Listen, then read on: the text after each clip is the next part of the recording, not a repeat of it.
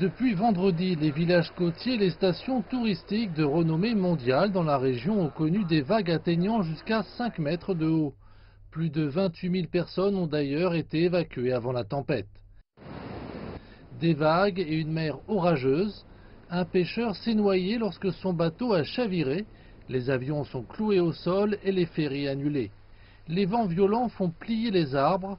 Certains se sont écrasés sur des habitations. Les inondations pénalisent également des milliers de personnes dans le sud de la Thaïlande, contraintes d'évacuer leur logement et de se réfugier dans des abris. Les autorités affirment s'être préparées. Nous avons mis en garde les gens longtemps à l'avance et nous assurons un soutien.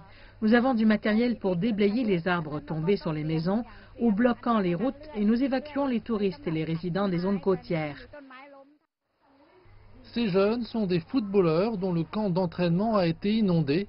Ils dorment maintenant à même le sol dans un temple.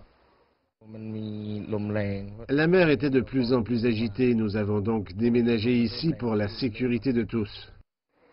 Ici, les gens ont fui les vents violents qui menaçaient de détruire leur maison. J'ai eu peur que le vent arrache le toit de ma maison, alors je suis venu ici pour être en sécurité.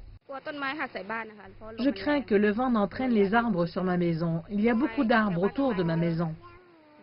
Pour beaucoup, les quelques heures passées ont été inconfortables, bien que les conditions semblent s'être légèrement assouplies. Il y a eu des inondations généralisées, mais sur cette île, aucun cas de blessure ou de dommages graves n'a été signalé. Des milliers de vacanciers ont fui les îles touristiques à l'approche de cette tempête inhabituelle.